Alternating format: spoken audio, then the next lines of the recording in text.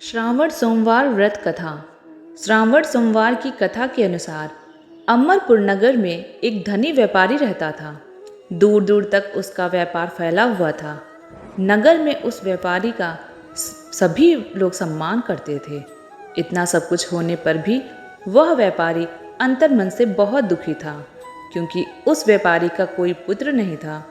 दिन रात उसे एक ही चिंता सताती रहती थी, उसकी मृत्यु के बाद उसके इतने बड़े व्यापार और धन संपत्ति को कौन संभालेगा।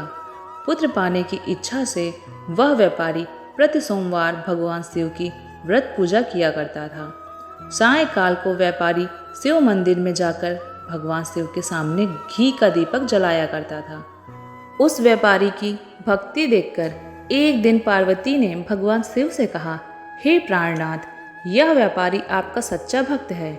कितने दिनों से यह सोमवार का व्रत और पूजा नियमित कर रहा है। भगवान, आप इस व्यापारी की मनोकामना अवश्य पूर्ण करें। भगवान शिव ने मुस्कुराते हुए कहा, हे पार्वती, इस संसार में सबको उसके कर्म के अनुसार फल की प्राप्ति होती है। प्राणी जैसा कर्म करते हैं उन्हें वैसा ही फल प्राप्त होता है। इसके बावजूद पार्वती जी नहीं मानी। उन्होंने आग्रह करते हुए कहा, नहीं प्राणनाथ, आपको इस व्यापारी की इच्छा पूरी करनी ही पड़ेगी। यह आपका अनन्य भक्त है। प्रति सोमवार आपका विधिवत व्रत रखता है और पूजा अर्चना के बाद आपको भोग लगाकर एक समय भोजन ग्रहण करता है। आपको इसे पुत्र प्राप्ति का वरदान देना ही होगा। पार्वती का इतना आग्रह देखकर भगवान शिव ने कहा, तुम्हारे आग्रह पर मैं इस व्यापारी को पुत्र प्राप्ति का वरदान देता हूँ, लेकिन इसका पुत्र 16 वर्ष से अधिक जीवित नहीं रहेगा। उसी रात भगवान शिव ने स्वप्न में उस व्यापारी को दर्शन देकर उसे पुत्र प्राप्ति का वरदान दिया और उसके पुत्र के 16 वर्ष तक जीवित रहने की बात भी बताई। भगवान के वरदान से व्यापारी को खुशी तो हुई, लेकिन पुत्र की अल्पायु की चिंता ने उसे खुशी को नष्ट कर दिया। व्यापारी पहले की तरह सोमवार का विधिवत व्रत रखता रहा। कुछ महीने पश्चात उसके घर अति सुंदर पुत्र उत्पन्न हुआ। पुत्र जन्म से व्यापारी के घर में खुशियां भर गईं। बहुत धूमधाम से पुत्र जन्म का समारोह मनाया गया। व्यापारी को पुत्र जन्म की अधिक खुशी नहीं हुई, क्योंकि उसे पुत्र की अल्प आयु के रहस्य का पता था। यह रहस्य घर में किसी को नहीं मालूम था। विद्वान ब्राह्मणों ने उस पुत्र का नाम अमर रखा। जब अमर 12 वर्ष का हुआ तो शिक्षा के लिए उसे वाराणसी भेजने का निश्चय हुआ। व्यापारी ने अमर के मामा दीपचंद को बुलाया और कहा कि अमर को शिक्षा प्राप्त करने के लिए वाराणसी छोड़ आओ। अमर अपने मामा के साथ शिक्षा प्राप्त करने के लिए चला गया। रास्ते में जहाँ भी अमर और दीपचंद रात्रि विश्राम के लिए ठहरते, वहीं यज्ञ करते और ब्राह्मणों को भोजन कराते थे। लंबी यात्रा के बाद अमर और दीपचंद एक नगर में पहुँचे।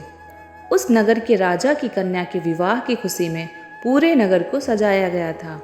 निश्चित समय पर बारात आ गई, लेकिन वर का पिता अपने बेटे के एक आंख काने होने के कारण बहुत चिंतित था। उसे इस बात का भय सता रहा था कि राजा को इस बात का पता चलने पर कहीं वह विवाह से इनकार न कर दे। इससे उसकी बदनामी होगी। वर के पिता ने अमर को देखा तो उसके मस्तिष्क में एक विचार आया। उसने सोचा, क्यों न इस लड़के को दूल्हा बनाकर राजकुमारी से विवाह करा दूं। विवाह के बाद इसको धन देकर विदा कर दूंगा और राजकुमारी को अपने नगर में ले जाऊंगा। वर के पिता ने इसी संबंध में अमर और दीपचंद से बात की। दीपचंद ने धन मिलने के लालच में वर के पिता की बात स्वीकार कर ली। अमर को दूल्हे के वस्त्र पहनाकर राजकुमारी चंद्रिका से विवाह करा दिया। राजा ने बहुत सा धन देकर राजकुमारी को विदा किया। अमर जब लौट रहा था तो सच नहीं छिपा सका और उसने राजकुमारी की ओढ़नी पर लिख दिया, राजकुमारी चंद्रिका, तुम्हारा विवाह तो मेरे साथ हुआ था। मैं तो वाराणसी में शिक्षा प्राप्त करने जा रहा हूँ। अब तुम्हें जिस नवयुवक की पत्नी बनना पड़ेगा वह कान्हा है। जब राजकुमारी ने अपनी ओढ़नी पर लिखा हुआ पढ़ा तो उसने कान्हे लड़के के साथ जाने से इनकार कर दिया। राजा ने सब बातें जानकर राजकुमारी को महल में रख लिया। उधर अमर अपने मामा दीपचंद के साथ वाराणसी पहुंच गया। अमर ने गुरुकुल में पढ़ना शुरू कर दिया। जब अमर की आयु 16 वर्ष पूरी हुई तो उसने एक यज्ञ किया। यज्ञ की समाप्ति पर ब्राह्मणों को भोजन कराया और खूब अन्न वस्त्र दान किए। रात को अमर अपने शयन कक्ष में सो गया। शिव के वरदान के अनुसार शयनावस्था में ही अमर के प्राण पखेरु उड़ गए। सूर्योदय पर मामा अमर को मृत देखकर रोने पीटने लगा। आसपास के लोग भी एकत्र होकर दुख प्रकट करने लगे।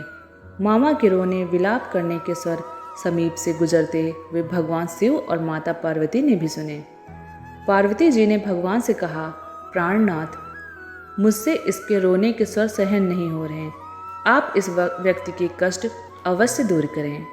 भगवान शिव ने पार्वती जी के साथ अदृश्य रूप में समीप जाकर अमर को देखा तो पार्वती जी से बोले, पार्वती, यह तो उसी व्यापारी का पुत्र है। मैंने इसे 16 वर्ष की आयु का वरदान दिया था। इसकी आयु तो पूरी हो गई। पार्वती जी ने फिर भगवान शिव से निवेदन किया, हे प्राणनाथ, आप इस लड़के को जीवित करें, नहीं तो इसके माता पिता पुत्र की मृत्यु के कारण रो रो कर अपने प्राणों का त्याग कर देंगे। इस लड़के का पिता तो आपका परम भक्त है, वर्षों से सोमवार का व्रत करते हुए आपको भोग लगा रहा है। पार्वती के आग्रह करने पर भगवान शिव ने उस लड़के को जीवित होने का वरदान दिया और कुछ ही पल में वह जीवित होकर उठ बैठा। शिक्षा समाप्त करके अमर मामा के साथ अपने नगर की ओर चल दिया। दोनों चलते हुए उसी नगर में पहुँचे जहाँ अमर का विवाह हुआ था। उस नगर में भी अमर ने यज्ञ का आयोजन किया। समीप से गुजरते हुए नगर के राजा ने यज्ञ का आयोजन देखा। राजा ने अमर को तुरंत पहचान लिया। यज्ञ समाप्त होने पर राजा अमर और उसके मामा को महल में ले गए और कुछ दिन उन्हें महल में रखकर बहुत सा धन वस्त्र देकर राजकुमारी के साथ विदा किया। रास्ते में सुरक्षा के लिए राजा ने बहुत से सैनिकों को भी साथ भेजा। दीपचंद ने नगर में पहुंचते ही एक दूत को घर भेजकर अपने आगमन की सूचना भेजी। अपने बेटे अमर के जीवित वापस लौटने की सूचना से व्यापारी बहुत प्रसन्न हुआ। व्यापारी ने अपनी पत्नी के साथ स्वयं को एक कमरे में बंद रखा था। भूखे प्यासे रहकर व्यापारी और उसकी पत्नी बेटे की प्रतीक्षा कर रहे थे। उन्होंने प्रतिज्ञा कर रखी थी, यदि उन्हें अपने बेटे की मृत्यु का समाचार मिला तो दोनों अपने प्राण त्याग देंगे। व्यापारी अपनी पत्नी और मित्रों के साथ नगर के द्वार पहुंचा। अपने बेटे के विवाह का समाचार सुनकर पुत्रवधू राजकुमारी चंद्रिका को देखकर उसकी खुशी का ठिकाना न रहा। उसी रात भगवान शिव ने व्यापारी के स्वप्न में आकर कहा, हे सृष्टि, मैंने तेरे सोमवार के व्रत करने और व्रत कथा सुनने से प्रसन्न होकर तेरे पुत्र को लंबी आयु वरदान की है। व्यापारी बहुत प्रसन्न हुआ। सोमवार का व्रत करने से व्यापारी के घर में खुशियाँ लौट आईं। शास्त्रों में लिखा गया है, जो स्त्री पुरुष सोमवार का विधिवत व्रत करते हैं और व्रत कथा सुनते हैं, उनकी सभी इच्छाएं पूरी होती हैं। हर हर महादेव।